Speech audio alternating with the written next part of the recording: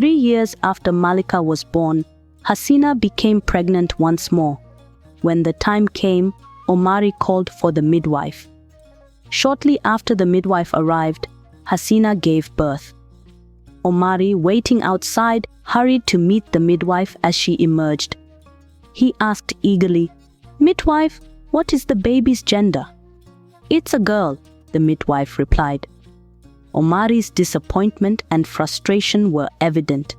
He entered the house to speak with Hasina.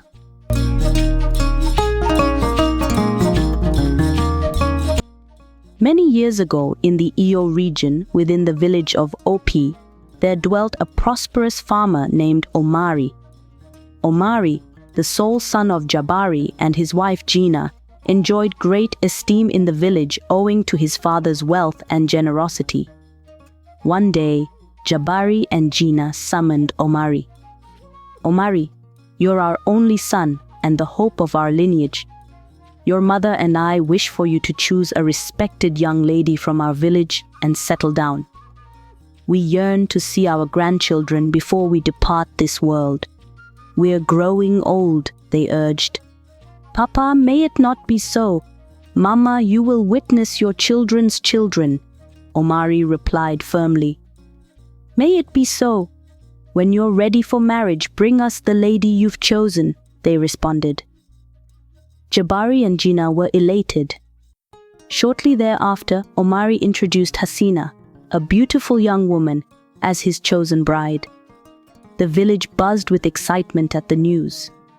While some celebrated their union, others felt sorrow, for Omari, much like his father, was not just wealthy, but also kind and generous, a dream match for any woman in OPI.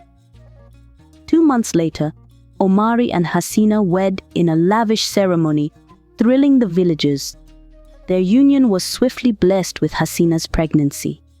The young couple eagerly awaited their first child, their joy palpable to all. Jabari and Gina were overjoyed at the news. 9 months later, Hasina gave birth to a baby girl, bringing immense happiness to Omari, Jabari, and Gina. They named her Kali. A few weeks after Kali arrived, Jabari fell ill, and despite all efforts to restore his health, he passed away. It was a deeply sorrowful time for Omari's family. 2 years after Kali's birth, Hasina became pregnant again and delivered another baby girl, whom they named Malika. This time, Omari was not entirely pleased, because he had hoped for a son. Hasina's mother also felt disappointed, desiring a grandson to carry on the family name. 3 years after Malika was born, Hasina became pregnant once more. When the time came, Omari called for the midwife. Shortly after the midwife arrived, Hasina gave birth. Omari, waiting outside, hurried to meet the midwife as she emerged. He asked eagerly, "Midwife, what is the baby's gender?" "It's a girl," the midwife replied.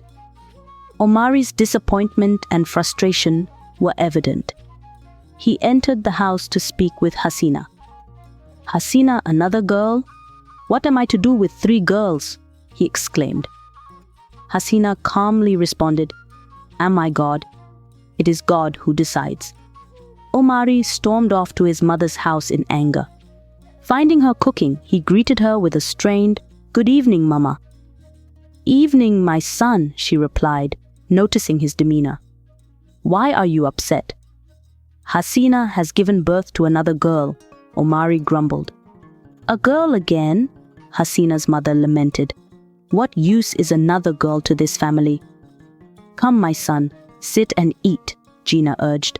"Tomorrow, we will go to your house." The following day, Gina and her son approached Hasina with visible anger. Hasina's mother criticized her, saying, "You, this woman, you have only given birth to daughters. What use are 3 girls to this family?"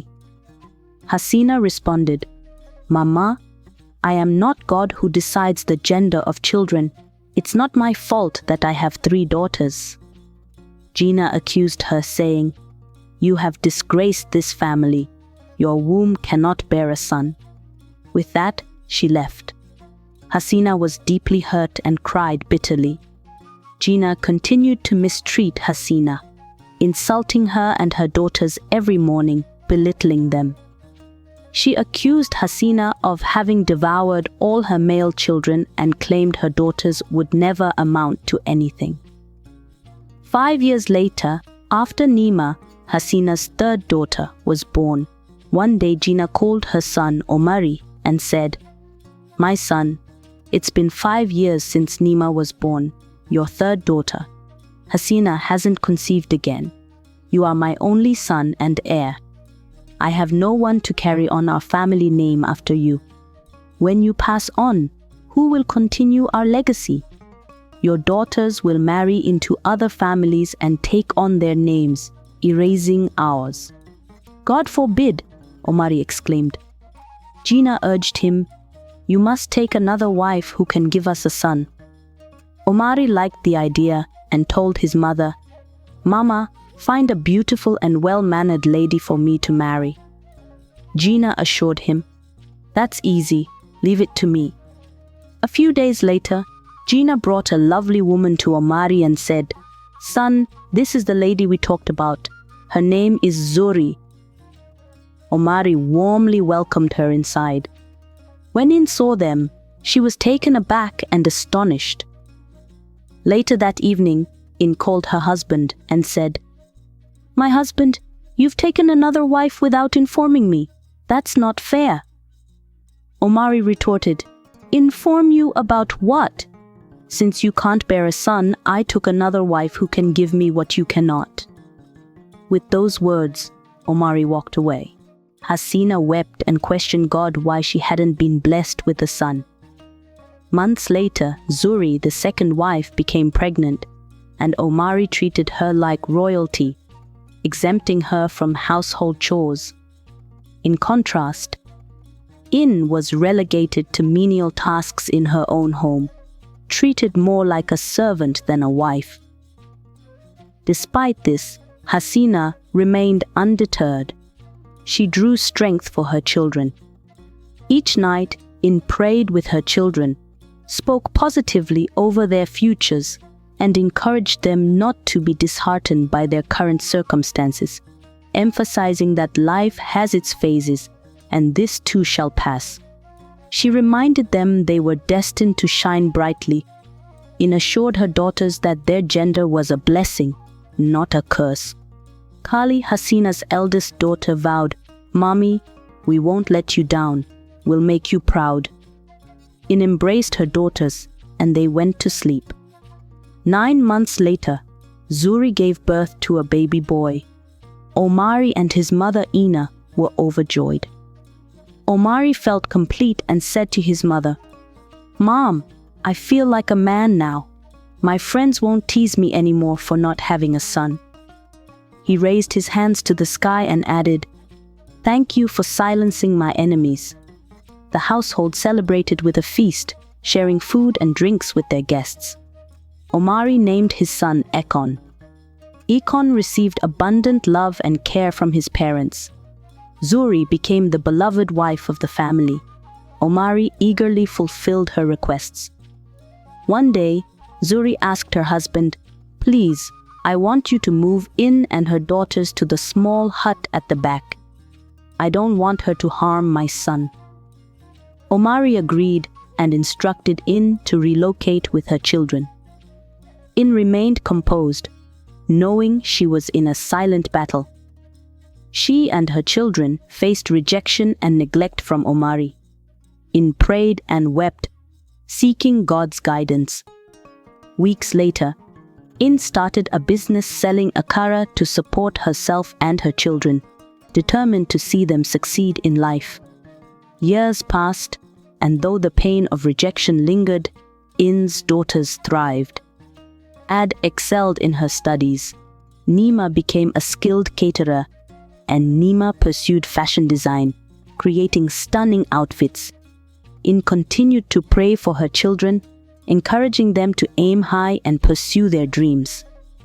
While Ekon, the favored child, received abundant love and privileges, he became haughty and entitled. Despite Omari and Zuri's effort to provide him with the best opportunities in life, Akon lacked ambition. He wasted his education, squandered money on gambling, and fell in with a bad crowd, which led to heavy drinking and smoking. His behavior deteriorated to the point where he joined an armed robbery gang, deeply disappointing Omari. Despite Omari's attempts to guide him, they were unsuccessful. Meanwhile, Hasina's daughters, Kali and Nima, excelled in their respective fields. Kali had become a successful medical doctor at a major city hospital, while Nima gained renown as a talented caterer known for her exquisite service both locally and beyond. Nima also showcased her creativity as a skilled tailor. One evening, while In was sitting outside her hut, she received news that Akon had been fatally shot during a robbery attempt involving his gang. The shock caused Omari to collapse and be hospitalized in a coma, eventually succumbing to high blood pressure exacerbated by grief. Informed of the tragedy, Hasina's daughters rushed back to the village and found their father in critical condition. They arranged for Omari to be transferred to a hospital in the city where Kali worked, ensuring he received the best care possible. 2 weeks later, Omari's health had improved and he returned to the village. He hung his head in shame, unable to meet the eyes of his wife and children. He deeply regretted his actions. His beloved son, his hope for the future, was no more. Omari mourned, reflecting on how despite his efforts to provide a good life, he had strayed from the right path. Now that his hope was lost, Omari, sitting beside his mother Ina, mourned. Zuri and her children approached to offer comfort. Omari felt ashamed and apologized to Zuri, his wife, for everything, his rejection, neglect, and his misguided desire for a son. He acknowledged how badly he had treated her and their daughters and pleaded for forgiveness. Zuri replied gently, "My husband, I forgave you long ago. You are my husband, and I love you." They embraced tenderly. Omari also sought forgiveness from his daughters, who assured him, "Papa, we forgave you a long time ago," and they hugged him warmly. Jada remained silent and ashamed, but Zuri and her daughters approached her with reassurance, telling her not to dwell on the past, as everything had a purpose, and their sorrow had turned to joy by God's grace. Hasina then sought forgiveness from Zuri and her daughters, who lovingly forgave her, and they embraced joyfully